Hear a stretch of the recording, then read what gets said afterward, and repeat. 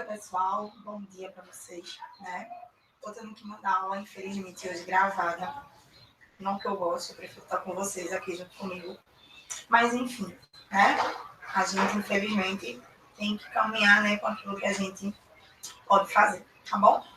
Mas, é por isso que vocês vão deixar de receber a aula de hoje, não é verdade? Ó, como eu já tinha dito para vocês, né? A aula de hoje ela é a continuação do caderno da unidade 1 do caderno 2. Né? A gente já tinha visto a primeira parte da unidade 1, que falava, né, sobre uma estrutura, uma camada de gases que envolve o nosso planeta, que é chamada de atmosfera. E aí a gente falou, né, que essa camada ela é dividida didaticamente de acordo com algumas características. Ela é subdividida em outras camadas, né, que é a troposfera, estratosfera, mesosfera, termosfera e exosfera. Lembrando para vocês que a ionosfera é uma camada que tem uma parte dela pertence à mesosfera e a outra parte pertence à termosfera, tá? E aí, dando continuidade a esse assunto, a gente falou, né, que a atmosfera é uma camada de gases que envolve o nosso planeta. Porém, que gases vão compor essa camada? Que gases vão compor esse ar atmosférico? E aí que a gente vai abordar esse assunto que a gente vai abordar na aula de hoje, certo?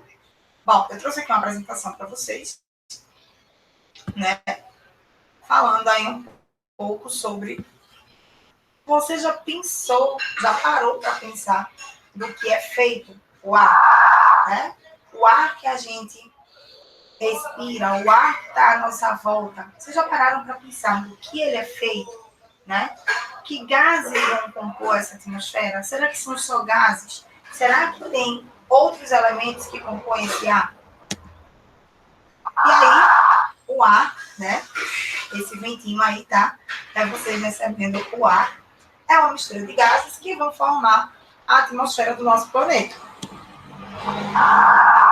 Essa divisão, né, esse gráfico que a gente tem aí, ele aparece no livro de vocês, na página 297.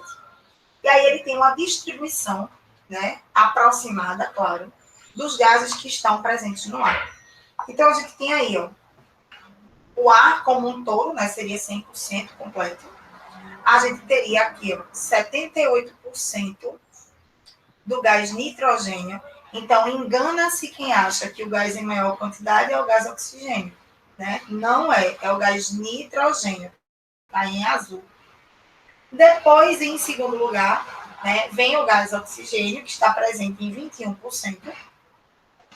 Depois vem o gás, os gases nobres, né, xenônio, neônio, que a gente vai falar mais para frente, 0,91%. E 0,03% seria de gás carbônico. Então, ó, se eu somar 78 com 21, dá 99. 99 com 0,94 daria 99,94. E o restante que falta aí para completar os 100%, que seriam? E aí, esse 0,06% para compor os 100%, né, do ar, é formado basicamente de água, vapor de água, outros gases, poeira e micro-organismos, como vírus, bactérias, né? Ao espirrar, se uma pessoa estiver gripada, ele está lançando no ar, né, o vírus da gripe, né? Do mesmo jeito que acontece com o vírus agora do coronavírus. Né? É uma doença respiratória, e aí quando a gente acaba tossindo, espirrando, a gente joga esse organismo, né, esse micro-organismo, para o ar. E aí outra pessoa ao seu lado, né, a uma determinada distância, ao respirar, acaba inalando esse gás com esse micro-organismo. É assim que acontecem as transmissões, né, de doenças que são causadas por micro-organismos que causam doenças respiratórias, tá certo? Bom, e aí, quais são as principais características e utilizações, né, desses gases que vão compor o ar? E aí eu vou pedir para vocês botarem na página 298 E aí a gente vai falar um pouco sobre cada gás presente no nosso, ar. Bom, o primeiro gás que a gente vai falar aí é o gás que está presente em maior quantidade, que é o gás nitrogênio, né? Mas aí a gente utiliza o gás nitrogênio para quê? Né? A gente não consegue utilizar ele na nossa respiração. A gente inspira ele, claro, como a gente vai inspirar tudo que está no ar. Quando a gente inspira, entra o ar como um todo, entra nitrogênio, entra gás carbônico, entra oxigênio, entra micro-organismos, entra vapor de água, entra tudo. Porém, o único gás que a gente vai fazer a absorção dele para o nosso sangue é o gás oxigênio. Então, aí, poxa, é um gás em tanta quantidade, ele não serve para nada. Ele é encontrado, ele é de extrema importância, tá, para o nosso corpo, para a formação estrutural, né, do nosso corpo, dos nossos tecidos, das nossas células. Porém, a gente não vai adquirir ele na forma gasosa, né? A gente vai adquirir ele na alimentação. Por quê? No slide anterior, ele dizia que algumas plantas e algumas bactérias conseguem aproveitar ele, né, esse gás, através de algumas bactérias que estão presentes nas raízes de leguminosas. Se vocês perceberem aí nessa imagem da página 298, né, existem uns nódulos aí, umas bolinhas nas raízes dessa planta, dessa leguminosa. Essas bolinhas aí são os conjuntinhos de bactérias que têm a capacidade de filtrar esse nitrogênio. Ao filtrar esse nitrogênio, ele passa a fazer parte da planta como um todo. Então, se for uma planta, né, que dê frutos ou que dê legumes ou verduras, a gente vai conseguir absorver esse nitrogênio ao ingerirmos essas leguminosas, frutas, verduras, ou, né, quando a gente se alimentar de animais herbívoros, por exemplo, o boi. O boi ele vai se alimentar de plantas, né? E essas plantas elas estão ricas em nitrogênio, algumas delas.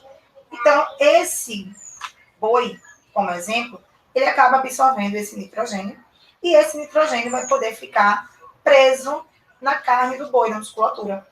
E aí, quando a gente for se alimentar desse boi, a gente também, através da ingestão, a gente também vai conseguir absorver esse nitrogênio. Tá? Então, o nitrogênio presente no ar, a gente não consegue absorver ele do ar.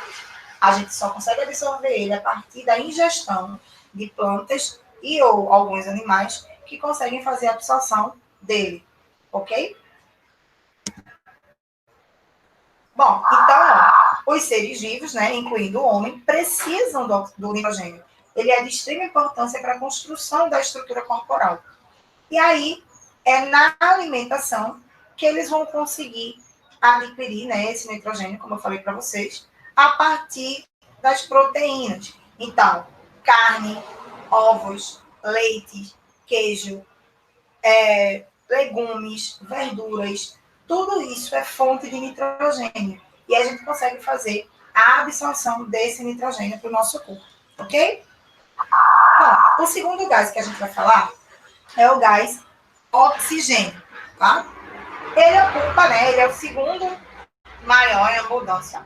Ele ocupa cerca de 21% do ar e ele é indispensável à sobrevivência dos homens e de muitos seres vivos que utilizam ele no processo de respiração.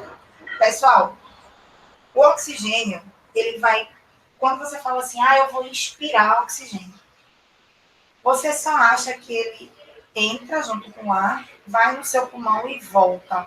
Não, vai muito mais além do que simplesmente entrar, chegar no pulmão e voltar. Por quê? Porque se ele simplesmente chegasse no pulmão e voltasse, a gente não ia estar fazendo nada. Esse oxigênio, ele é importante lá no interior do nosso corpo, lá nas células que compõem o nosso corpo. Então, esse oxigênio, ele precisa chegar nas células, que é a parte mais microscópica do nosso corpo. Para ele conseguir chegar lá na nossa célula, ele precisa ser transportado, né, pelo nosso meio de transporte corporal, que leva qualquer coisa para qualquer lugar do nosso corpo, que é o sangue. Então, o ar, quando a gente inspira, ele chega no pulmão, e o pulmão ele é revestido, né, de vários vasos sanguíneos. E aí ocorre uma troca gasosa. Né? Eu consigo absorver o oxigênio, pego esse oxigênio, né, lá no sangue, ele passa para dentro do sangue. Esse sangue cheio de oxigênio vai para o coração, do coração é bombeado para todo o corpo.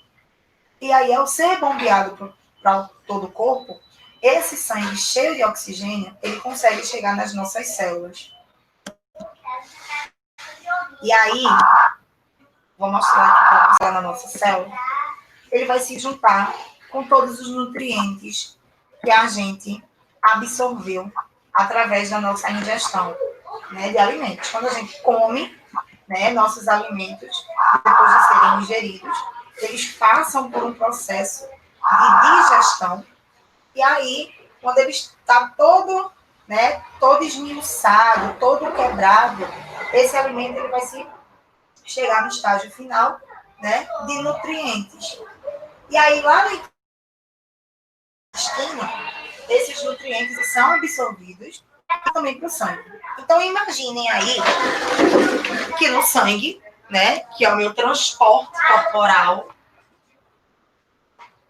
eu vou conseguir, através da respiração, o oxigênio, e através da nossa digestão, eu consigo os nutrientes, que na maioria das vezes se apresentam na forma de glicose.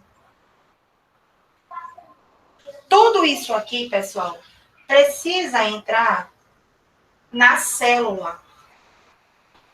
Para quê, Aila? Por que essas duas coisas são tão importantes? Porque esses dois componentes aqui, quando eles entram dentro da célula, eles reagem entre si. Eu junto oxigênio com glicose e eu vou formar três coisas. ATP. ATP, pessoal, é a nossa molécula de energia, né? É a estrutura que vai dar energia para a gente caminhar, para a gente correr, para a gente estudar, para a gente pensar, para a gente fazer movimento no corpo. Então, tudo que a gente faz, a gente precisa dessa fonte de energia chamada de ATP. E ela só acontece quando a gente junta oxigênio e nutrientes. Se faltar o oxigênio, essa reação não acontece e a gente não tem mais energia para nada. Nosso cérebro não funciona, nosso coração para de bater, nossos músculos não vão conseguir se movimentar.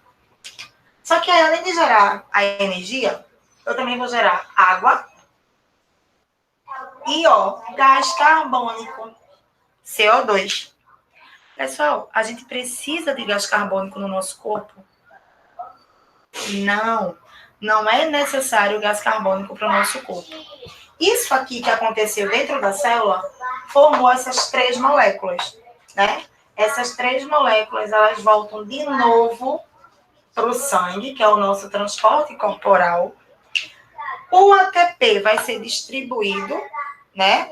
Vai ser utilizado pelas células para nos dar energia, as células da musculatura, as células do cérebro. A água vai para a corrente sanguínea, né? Nosso corpo é formado por 70% de água, então a água é super importante, a gente precisa. Mas isso aqui, gás carbônico, a gente não precisa. Então, se é algo que eu não preciso, eu preciso colocar para fora. E aí, esse sangue agora, cheio de gás carbônico, ele vai voltar para o coração. E do coração, ele é mandado de volta para o pulmão. E aí, ao chegar no pulmão, né, eu mando esse gás carbônico para fora. E você está inspirando de novo, Eu pego o oxigênio de volta, dou esse gás carbônico e você expira, bota ele para fora.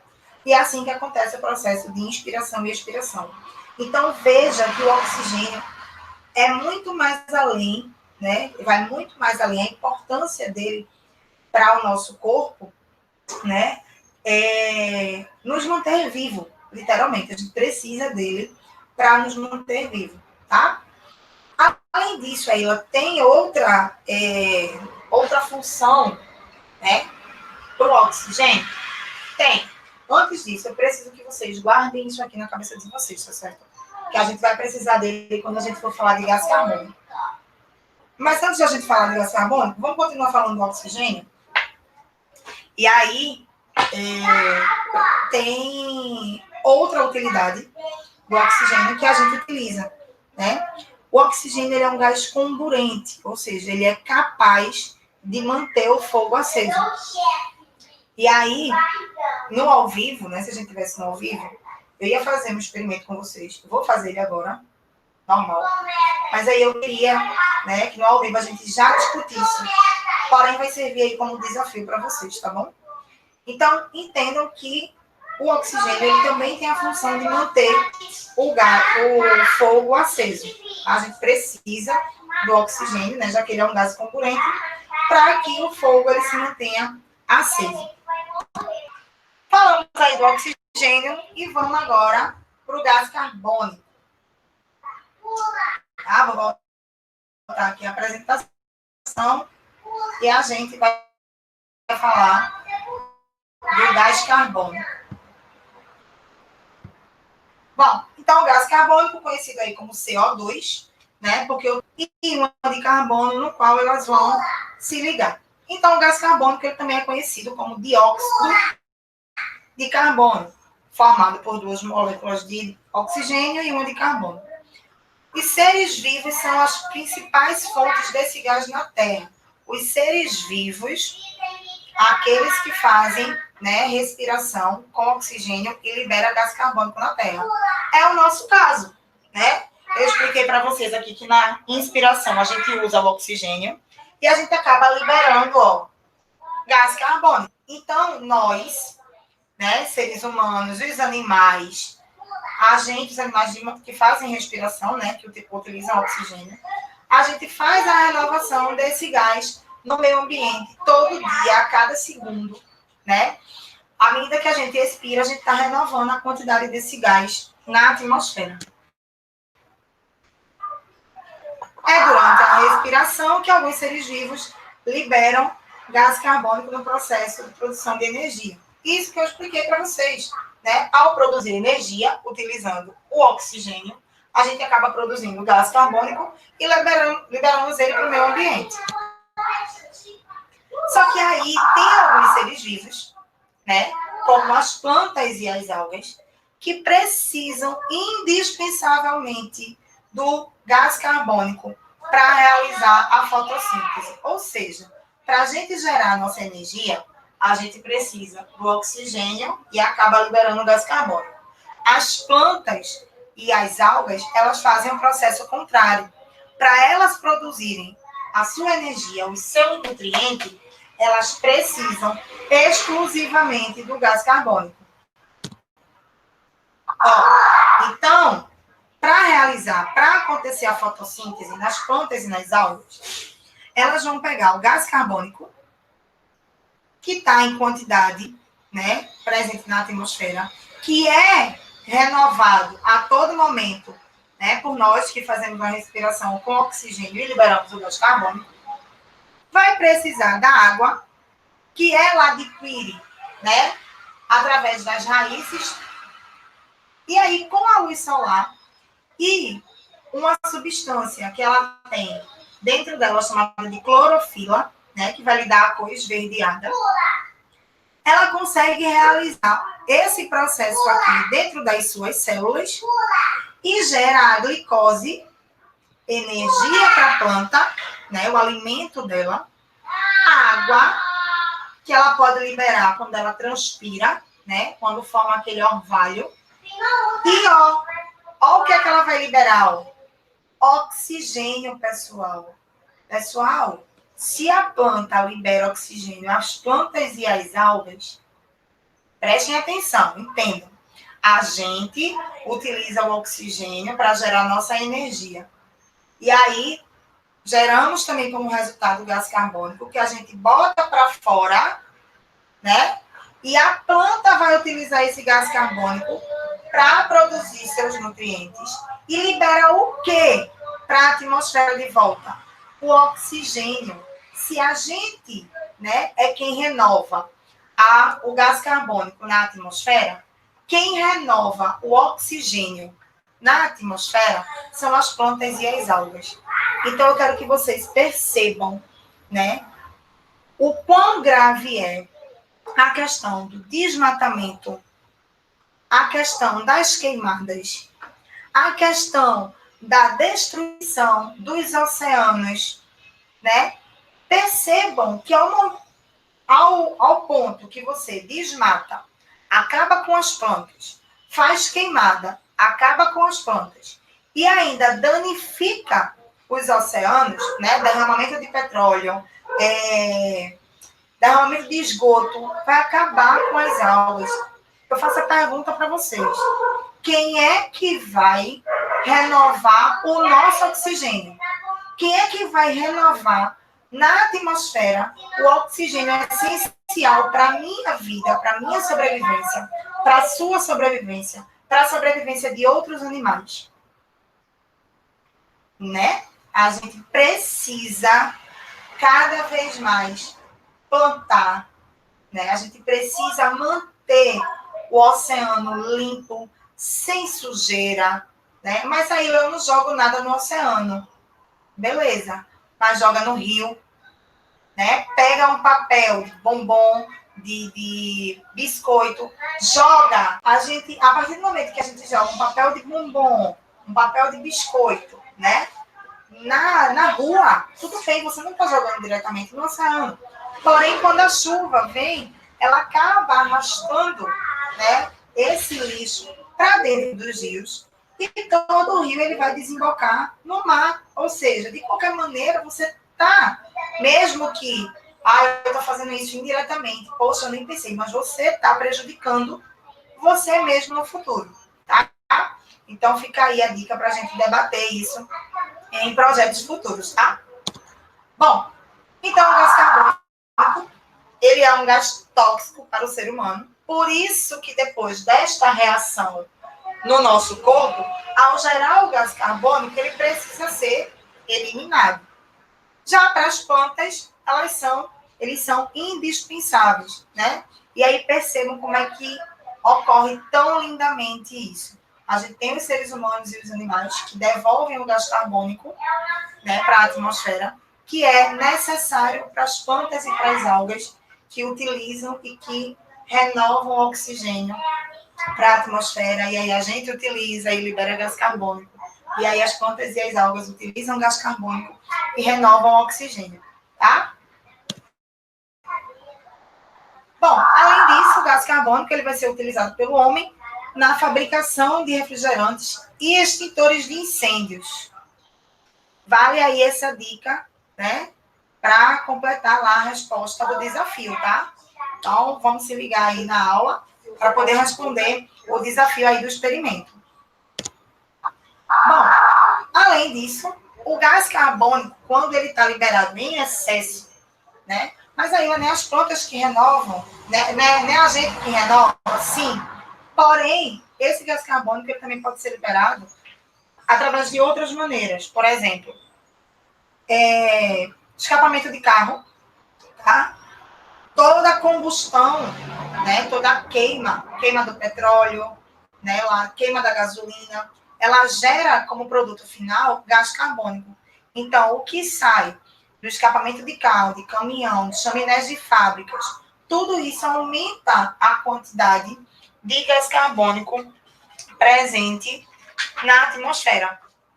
Tá? E aí eleva, né, em vez de ter uma quantidade suficiente na atmosfera, a gente acaba aumentando essa quantidade. E isso vai causar um desequilíbrio, né, na atmosfera e causa a poluição desse ar atmosférico. Isso pode trazer doenças e qualidade de vida na Terra e danos na qualidade de vida da Terra.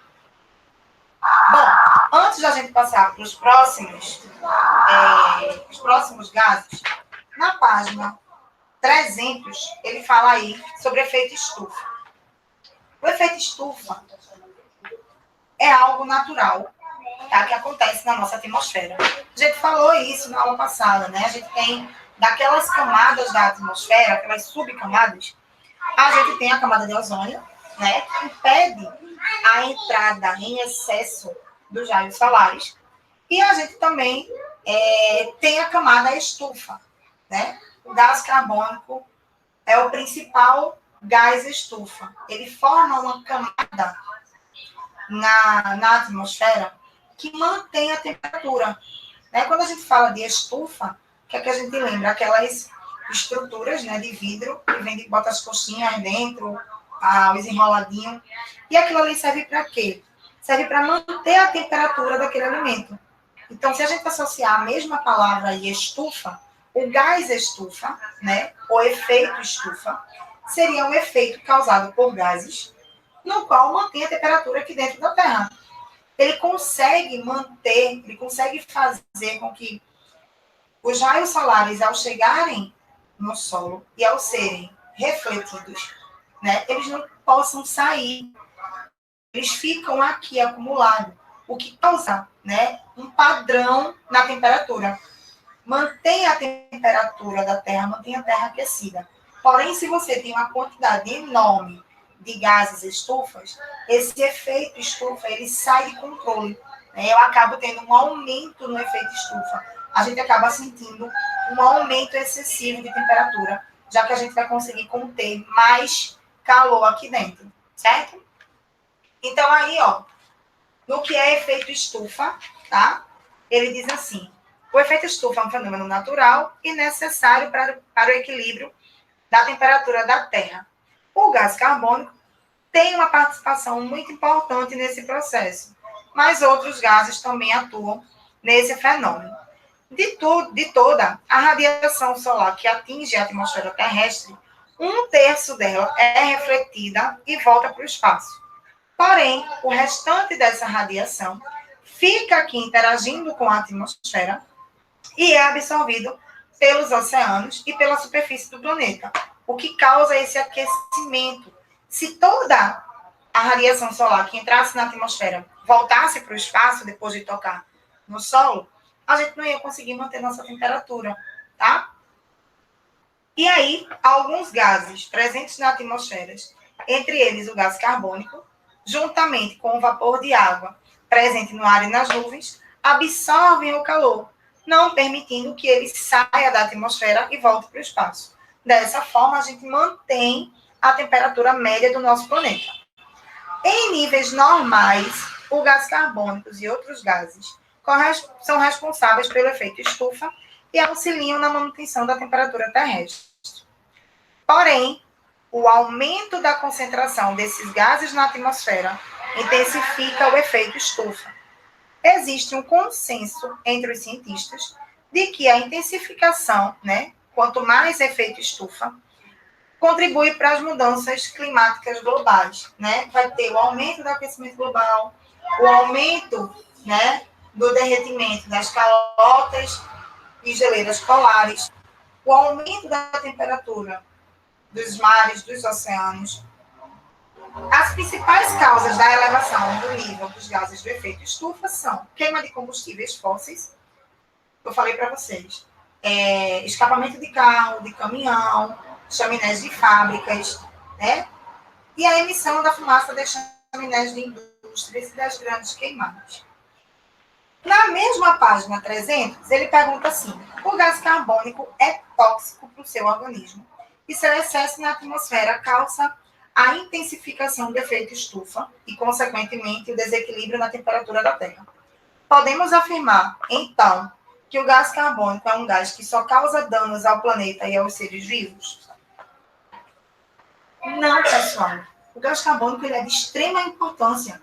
Ele, em níveis normais, ele é utilizado pelas plantas e pelas algas, que fazem com que o oxigênio seja renovado na nossa atmosfera. Além disso, ele é responsável por manter o equilíbrio, né, da temperatura média do planeta. Então, ele só vai ser prejudicial em excesso, ok? Bom, voltando aí para a apresentação, Vamos falar dos gases nobres, tá? Os gases nobres, eles são chamados assim, de nobres, porque eles existem em menor quantidade na atmosfera. E também não se misturam com nenhuma outra substância. São eles: hélio, radônio, argônio, xenônio e criptônio. No livro de vocês, ele traz o argônio, traz o hélio, traz o neônio, o xenônio, o radônio e o criptônio. Traz todos eles, tá? A gente vai falar um pouquinho sobre cada um e onde é que eles são encontrados, tá? Eles são utilizados pelo homem em diversas atividades. Argônio, xenônio e criptônio, por exemplo, são utilizados na fabricação de lâmpadas de vários tipos. Lâmpadas de LED, fluorescentes. No livro de vocês, ele traz aí que o argônio, ele é em maior quantidade. E ele é utilizado em lâmpadas. Ele é responsável por inflar os airbags de automóvel. Ele é utilizado também em cirurgias nos olhos. O gás hélio é encontrado apenas nas altas camadas da atmosfera. É muito mais leve. Por isso que quando a gente quer aqueles balões, sabe aqueles balões que a gente quer que quando a gente solte, ele fique lá no teto? Não, hoje é aniversário de festa. A gente não vai encher ele tradicionalmente com a boca. Por quê? Porque a gente estaria enchendo ele com gás carbônico. Então, a gente precisa encher ele com gás hélio. Aqueles galões, não. Oh, rapaz, esqueci a palavra. Em artigos de festas, em lojas de artigos de festa, eles têm, né, uns tubos que tem gás hélio. E aí eles enchem, né, e eles ficam suspensos. Eles não arreiam, porque ele é mais leve que os outros gases presentes na atmosfera. Ele também é usado, né, em cilindros de mergulho e também é utilizado em dirigíveis ou balões. O neônio, né? Neônio é o gás neon. Tem a capacidade de emitir uma luz brilhante de diferentes tonalidades quando é atravessado por corrente elétrica, né?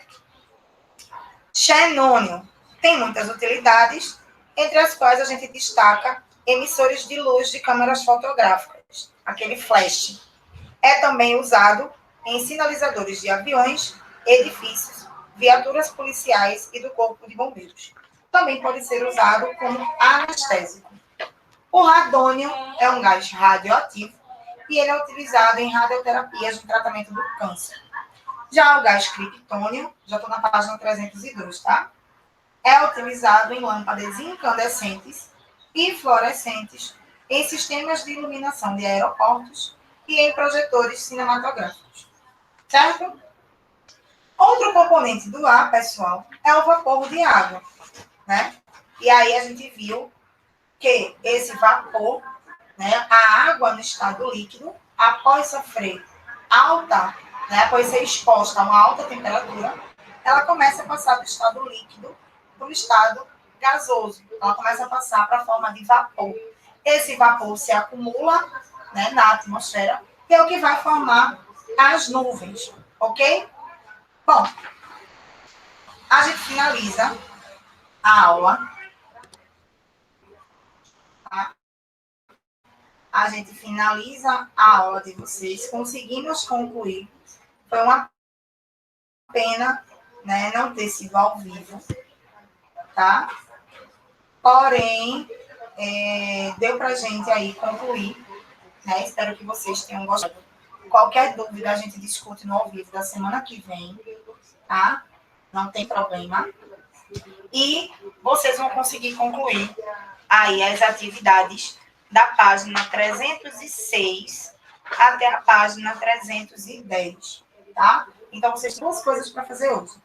Primeiro, eu vou dar um tempo para vocês mandarem para mim a resposta do desafio que foi lançado aqui, tá? A justificativa do experimento. Por que aquela reação ali aconteceu? E a segunda são aí essas páginas de atividade, a página 306 até a página 310, tá bom? Beijo para vocês e até a próxima aula.